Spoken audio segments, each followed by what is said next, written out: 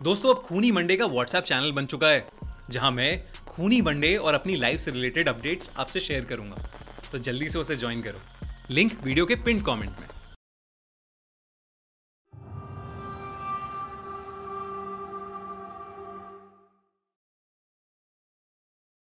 मेरा नाम अविनाश है, मेरी उम्र 30 साल है और मैं दिल्ली शहर का रहने वाला हूं।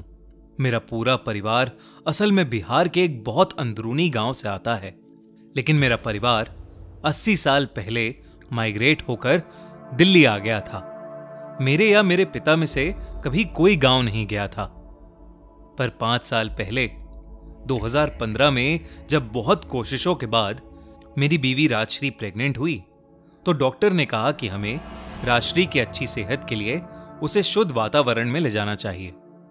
हम सब ने सोचा कि हमारे गांव से शुद्ध वातावरण तो हमें कहीं नहीं मिलेगा, तो हमने अपने बिहार वाले गांव में जाने का फैसला किया। पर हमें नहीं पता था कि हमारा यह फैसला हमारी जिंदगी हमेशा के लिए तबाह कर देगा। बहुत लंबे सफर के बाद हम रात को गांव पहुंचे। उस चांदनी रात में गांव बहुत सुंदर लग रहा था। वहां एकदम शांति थी। गांव पहुंचकर राजश्री की खुशी का कोई ठिकाना ही नहीं था, पर उसे नहीं पता था कि ये खुशी बस कुछ ही घंटों की थी। 2 साल पहले हुई मां की मौत के बाद पिताजी भी पहली बार घर से बाहर निकले थे।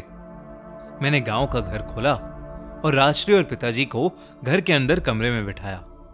मैं जैसे ही सामान लेकर कमरे में वापस आया तो मैंने देखा कि पापा सोफे पर बेहोश पड़े थे और उनका चेहरा सफेद पड़ गया था।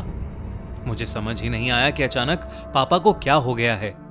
राजश्री ने मुझे जल्दी से पापा को हॉस्पिटल लेकर जाने को कहा। हॉस्पिटल गांव से दूर शहर में था और मैं उस हालत में राजश्री को अकेला नहीं छोड़ना चाहता था। पर राजश्री की हालत ज्यादा ट्रैवल करने लायक भी नहीं थी। राजश्री ने मुझे हिम्मत दिखाई और पापा के साथ जाने को कहा। मैं पापा को गाड़ी में बिठाकर हॉस्पिटल चला गया। पापा पूरी रात हॉस्पिटल में ही भर्ती थे। दरअसल बीपी लो होने के कारण वो बेहोश हो गए थे और डॉक्टर ने उनको ग्लूकोज चढ़ाकर घर ले जाकर आराम करवाने को कहा। मैंने राजश्री को रात भर फोन करने की कोशिश की, पर उसने फोन ही नहीं उठाया।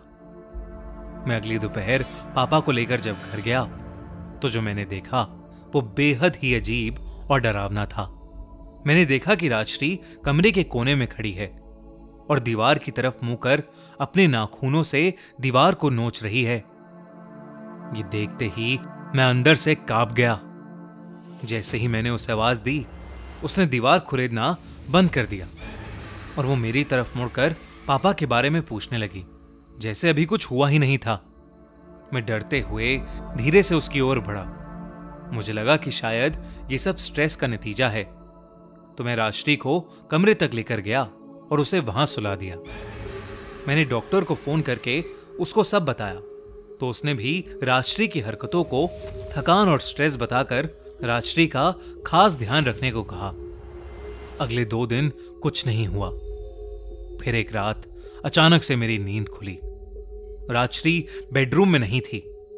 मैंने उसे पूरे घर में ढूंढा, लेकिन वो कहीं नहीं मिली। उसे ढूंढते ढूंढते जब मैं आंगन में पहुंचा तो मैंने जो देखा वो देखकर मेरे होश उड़ गए।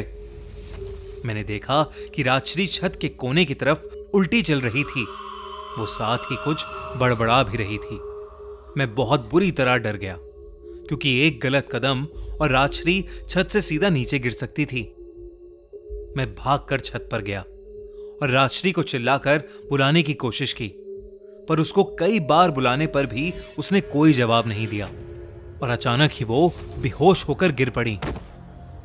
मैं उसके पास गया तो मैंने देखा कि उसे कोई होश ही नहीं था कि उसके साथ क्या हो रहा है। वो काफी डरी हुई थी और रोते हुए एक ही चीज कहे जा रही थी, वो मुझे और हमारे बच्चे दोनों को लेने आई है। उसकी ये बात सुनते ही मेरे रोंगटे खड़े हो गए और मैं समझ गया था कि ये थकान नहीं बल्कि किसी बुरे साए की वजह से हो रहा है। मुझे कुछ समझ नहीं आ रहा था और देखते ही देखते राजश्री का शरीर अब तपने लगा था। मेरे पास और कोई चारा नहीं था, इसलिए मैंने आधी रात में ही गांव के सबसे बड़े पंडित को घर बुलवा लिया।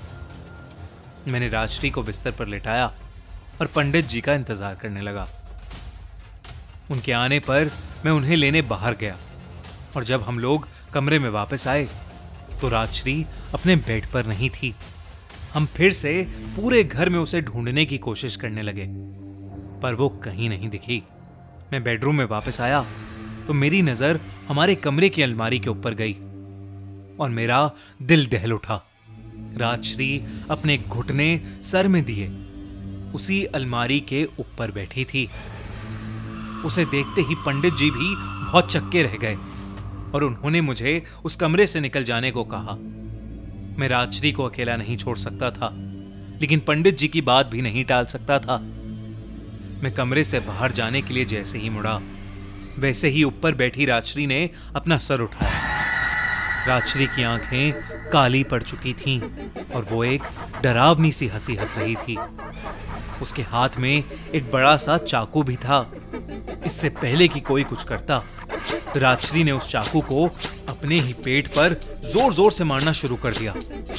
चाकू मारते हुए वो बस हंसती जा रही थी। कुछ ही पलों में राजश्री बेहोश होकर अलमारी से नीचे गिर गई। मैं ये सब देखकर सुन पड़ गया था और मेरी आंखों से आंसू आने लगे। पंडित जी ने मुझे राजश्री से दूर किया और मुझे वहां से जल्द निकलने के लिए कहा। उन्होंने बताया कि करीब 50 साल पहले इसी गांव में एक लड़के ने एक छोटी जाति की लड़की से शादी की थी। शादी के 1 साल बाद उनका बच्चा भी होने वाला था, पर उस लड़के के घर वालों को यह मंजूर नहीं था।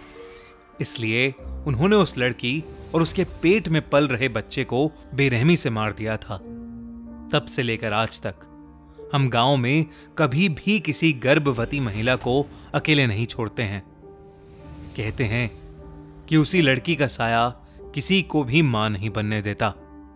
ये सब सुनकर मैं तड़प तड़प कर रोया।